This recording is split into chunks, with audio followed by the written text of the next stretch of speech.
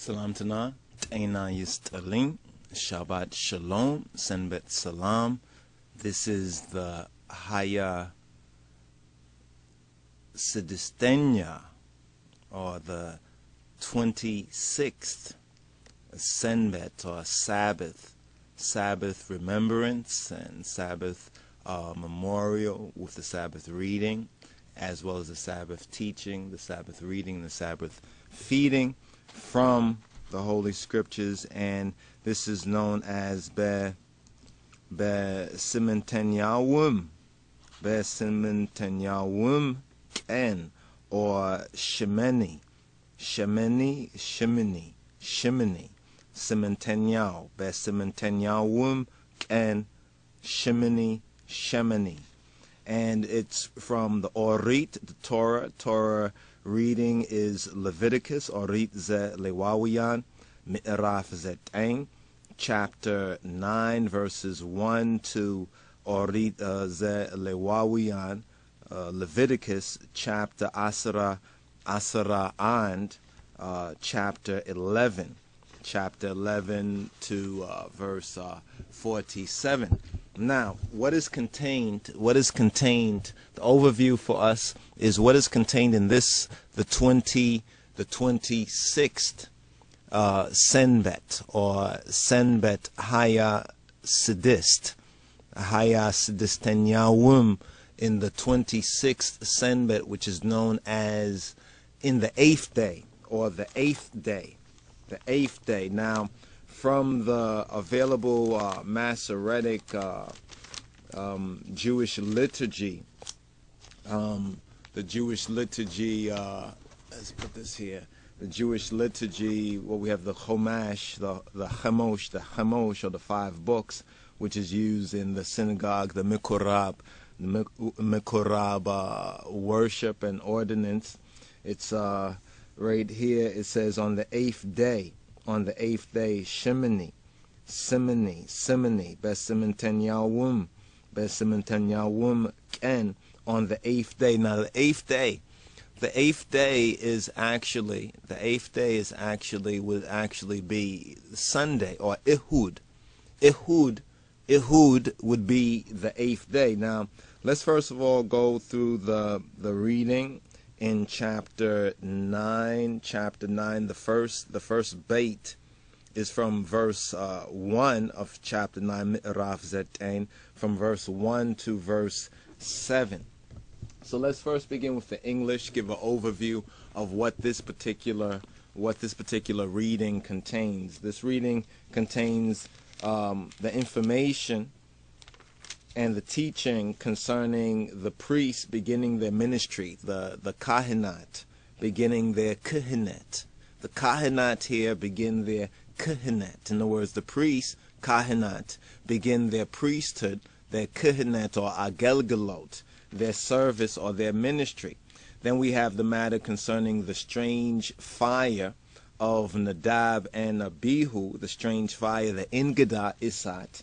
And then that's in chapter 10, Mi'raf Aser. And then we have a Mi'raf Aser, Asera, and in chapter 11 we have a holy God, a holy people, and the first of the 5 elements of the holy people and the holy God, the relationship. The first is the dietary, or the livity regulations, or the so-called diet, or what we know in Rastafari as the livit, the livity regulations of our livity. What are the regulations for our livity? There are livity regulations, or so-called dietary regulations of the covenant, the Kal Kidan Hizb. The covenant people must be regarded primarily as sanitary or as hygienic. So there are certain hygienic regulations. So in the revelation of Rastafari, we call it the livity. And there are certain hygienic or Leviticus-based regulations in the revelation of Rastafari and amongst the Rastafari community. You understand, both the individual, beginning at the individual, and then embracing and extending to the collective. You understand? And the foundation for these teachings are found here. Now, what's interesting and hopefully we'll have opportunity to go into it in more detail, is that concerning the livity or the dietary, so-called dietary regulations, we have the Kubra Negest. The Kubra Negest also touching on dietary regulations that are announced once that Hebrew remnant coming out with Solomon, the King Solomon and Queen of Sheba's only son Menelik, were entering into Ethiopia or Ethiopia, and the Afrikawi Zion, the African Zion. There were regulations that the son of Zadok, Azarias or Azariah, where he proclaimed also the Leviticus dietary or Leviticus livity regulations concerning what foods, you understand, were to be eaten. Initially, the first point is what foods were to be eaten. Then there's the law of motherhood, which comes next. Then is concerning leprosy. Leprosy is another aspect concerning that holy God, Kedus Amlak, Kedus Hizbah, Ginyunyet, or relationship.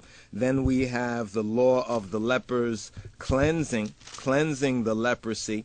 And then we have the imperative or the commandment of cleansing. So these are certain areas concerning that relationship of a holy God and a holy people. So that actually we will touch on more, Yah willing, in the following or the coming Senbet, or the Senbet known as Haya Sebat or Haya Sebatenyao, Sebatenyawim, the 27th, or the next Sabbatical reading and feeding, and the next Senbet Shabbat day coming forward. But in this teaching for the 26th, which is continuing on the basic themes and elements and teachings from the 25th, and this is very important for the Dek Mezamuritanet and the discipleship and those who have expressed interest and desire for discipleship within the LOJ, or Lion Jew Society of His Imperial Majesty,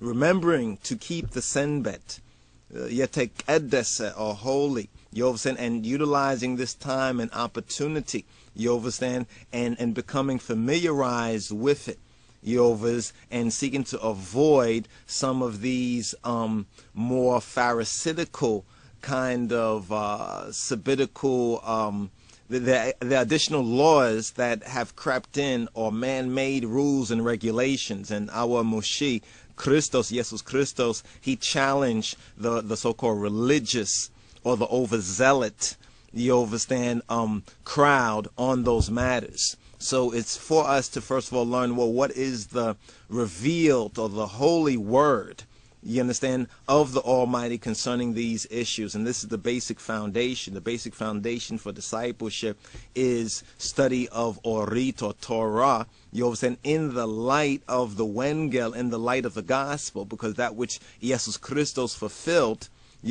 we have a shadow of it and the basic elementals of it, the foundation. Building our house on the rock means we must build on that foundation. So first is the Torah, or is the books of Moses. Then we have the prophets, and then we have the Psalms. And Jesus Christos himself also showed us this example, of what we must learn, or what we must study to show ourselves approved to Kedus Amlakachin, Kedus Abatachin, to our holy God, our holy Father. So let us touch on this right here, what we have before us in the 26th Sabbatical study. The 26th Sabbatical study. Let's go over an overview. So here in chapter 9, beginning at chapter 9, verse 1, and this Sabbath is named Bamarinya in the Amharic, according to the Revised Amharic Bible, or the Metzhaf Kedus of Negus and Neges, of the King of Kings, of Kedus Abatachin. Is called the Bet Sementenyawim, or Bet Sementenyawim Ken. Bet Sementenyawim, or Bet Sementenyawim Ken. In the 8th, or in the 8th day. In the Hebrew, it's known as SHEMINI or SHEMINI. And it begins from chapter 9 of Leviticus to chapter 11 of Leviticus. And there are certain important elements that we can take note of. First of all, we said this is where the priests begin their service or begin their ministry, the kahanat, which is the Ethiopic name for the priest as persons, and their function is called the kihanet, or the priesthood. And we call the ministry or the service the agelgelot, from the basic root magelgel, in other words, to serve. So Aaron le'egziabihir yaqarrabo meswa'it. Aaron presents to Egziabihir, to sustain the Yahweh Baruch Hu. He presents the sacrifice. That's what chapter 9 contains. Then when we get to chapter 10, the second part of the Torah-based readings and feeding is Nadab Inna Bihu Yefet Amuta Bedel. It is the wrong which was committed by Nadab and Abihu in the matter concerning the Ingada Isat, or the strange fire. Then also in this chapter we have Kahinat Memoria Hug, the law that governs the regulation of the priest. Kahinat Memoria Hug. In chapter 11, Asara Andenyao, the 11th chapter, we have Yemi Bellu Insisat Oinet. Yemi Bellu Insisat Oinet, or the kinds of animals which were allowed in that dispensation to be eaten. You understand? Or we can look at chapter 11 as what we mentioned it from before, the first aspect of the holy God and holy people relationship that concerns the livity regulations, the so-called dietary regulations, or what foods were to be eaten and what foods were to be avoided concerning animals by a holy people. Now, we learn much when we get to the metaphysical understanding of the application of the symbology of the particular kind of animals which were permitted and which animals were not permitted. In other words, we call this area, in order to overstand it in a law-abiding way, we call this area actually the hieroglyphical. You understand? The hieroglyphical keys are very important. The hieroglyphical, the Medun Neter keys are very important in deciphering the original intent, you understand, of Orit and Torah. You understand, of the original instruction, how the original instruction was to be received, how it was given, and how it was intended to be received in that holy God and holy people relationship right there. You understand? So that is the last part of this particular reading and feeding. And what we want to go over initially, you understand, now following up from there, we want to give it Bamarinya, you understand, Bamarinya, Be'Englizinya, and certain key words need to be kept in mind. So here the priests begin their ministry. And let's go over this. Is from verse 1 to verse 7. باسم آب وولد ومنفس قدوس أحد أملاك أوريت زلواويان مئراف زتين በስምንተኛውም ቀን እንዲህ ሆነ፣ ሙሴ አሮንና ልጆቹን የእስራኤልንም ሽማግሌዎች ጠራ። አሮንንም አለው፣ ስለ ኃጢአት መሥዋዕት Kamenagawa imbosawin.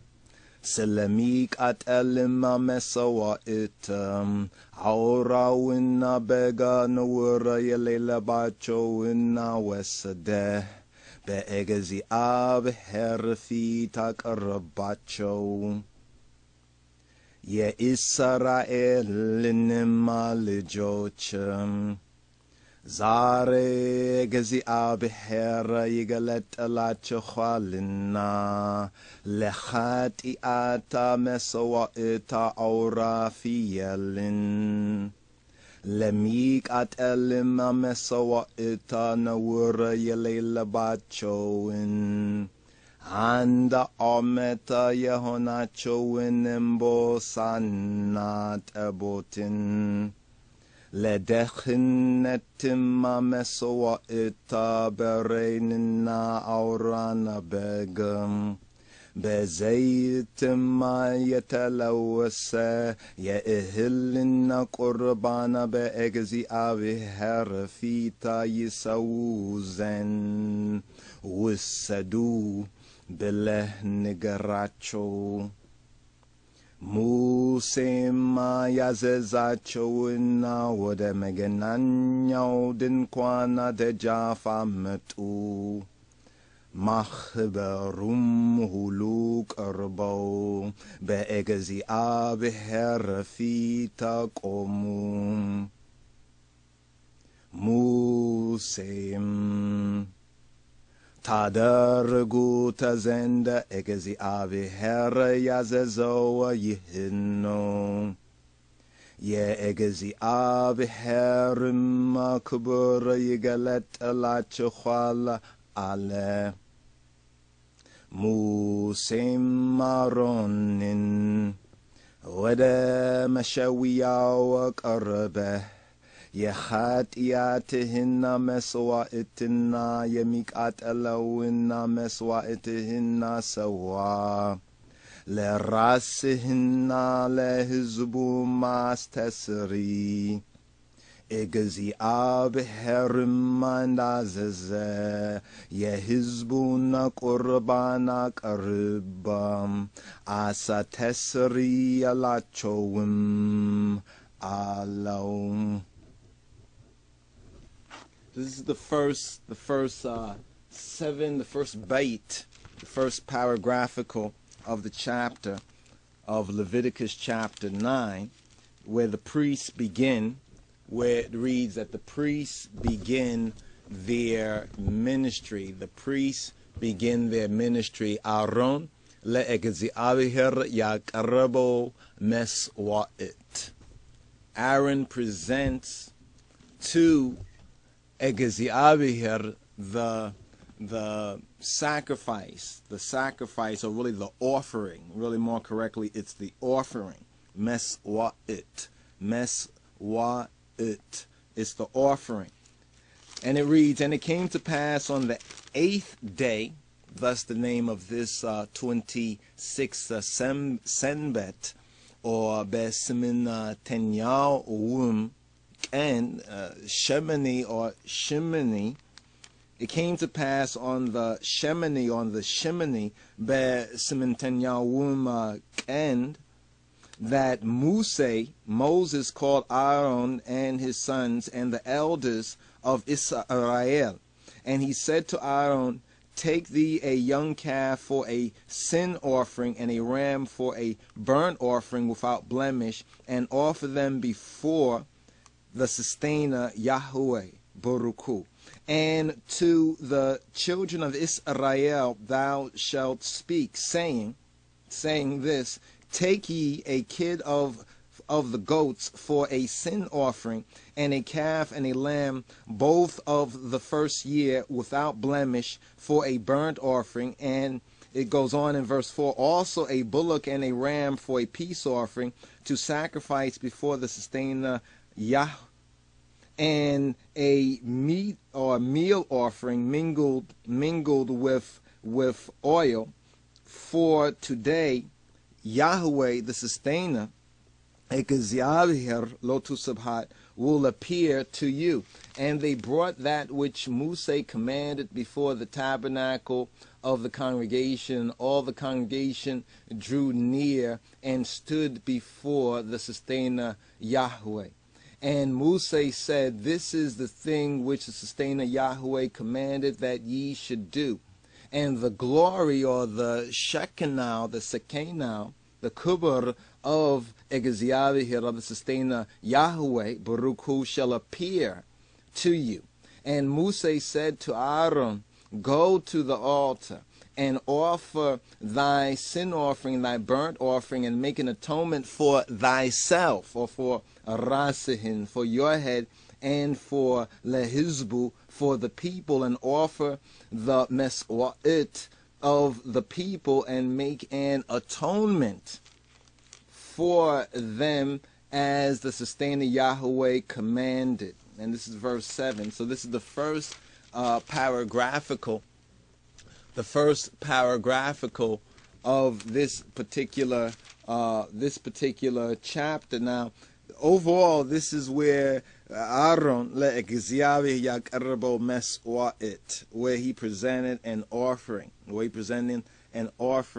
to Egeziavihir. Now, in order to understand the importance, or the hieroglyphical keys, or the real hermeneutics or interpretation of these offerings, we have to first understand the physical, and in Christ, and through the Mashiach, you understand through the Mashiach, through the new birth, through the regeneration, we can understand now the metaphysical, you understand, or the spiritual. So first are the natural things, and then are the spiritual things. First are the physical things, and then are the metaphysical things. So many get confused, because when they read this, they are reading this with the veil, in other words, over their eyes.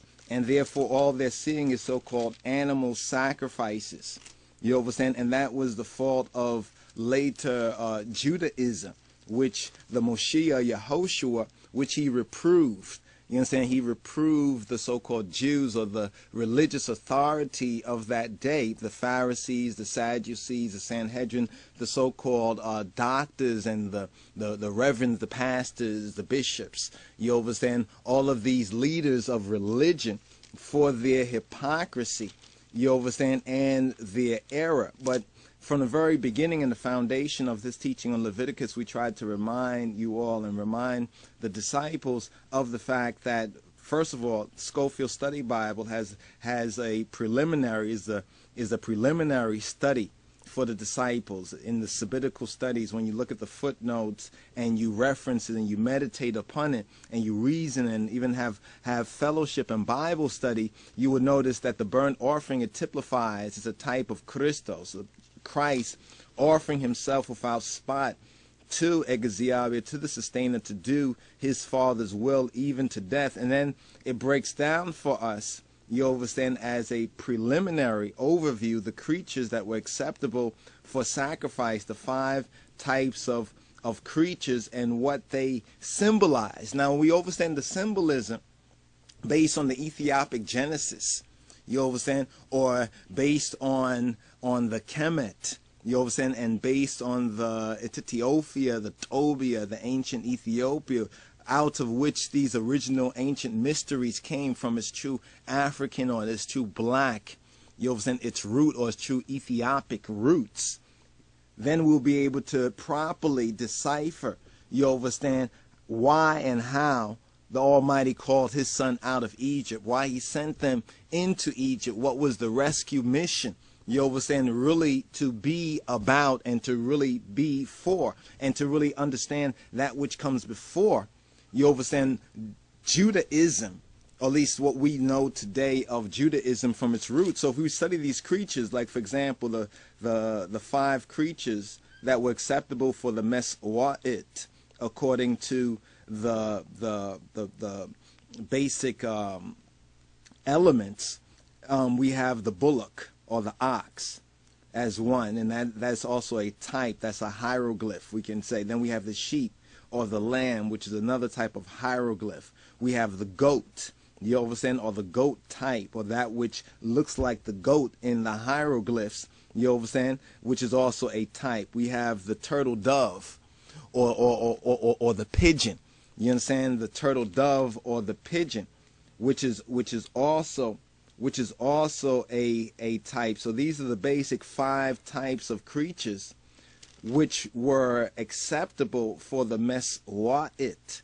for the sacrifice. And now keep in mind this principle, and we keep reminding even ourselves, and have to remind ourselves, so we don't make the error of those who had the veil over their eyes in the reading of Moses, in the reading of Moses, but the veil is taken away in Christos. The veil is taken away in Christ and his kingly character. So we can understand that even though these were types, you understand, for a sacrifice, the real type is a spiritual type.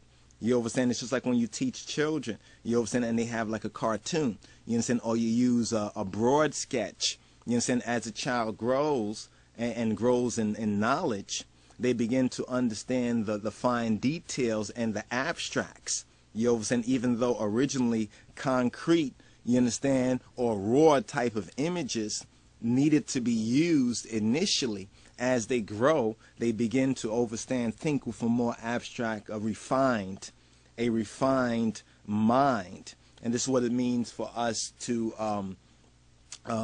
transform ourselves, not to be conformed to the world, but transform ourselves by renewing of the mind. So the bullock or the ox is interesting, is the first type, the bullock or the ox, because that typifies Christos, the Mashiach, as the patient and enduring agelgai, or servant, who was obedient to death, and his offering in this character. So his offering, so when we see the bull type, you understand, even in ancient Egypt, or the bullock type being so-called worshipped according to the Eurocentric approach, you understand, or the European mind and the European interpretation of ancient Egypt, they would say they worship the animals, but the animals obviously were a spiritual type. But here in the Hebrew Bible, you understand, or the Jewish so-called Bible, or the Old Testament, we also have the same thing being said to us, but people don't make that connection. You see what I'm saying? Because there's the middle wall, as New Testament says. There's that middle wall. There's that partition. There's that middle wall of separation. And this is why that middle wall of separation has to come down. And that middle wall comes down in Christ. And it's interesting, as we're approaching Fasika, as we gradually are approaching Fasika, that one of the main key words for Fasika, or the main key phrases that concerns Fasika and that middle wall, or that wall of separation that was there, and how that wall of separation is undone, or that wall of separation, it collapses in Christ, is also another very interesting verse that I would like to share with you, because when you begin to understand these elements and put them together, you begin to see where the harmony of the scriptures really is, and how we've been so woefully how we've been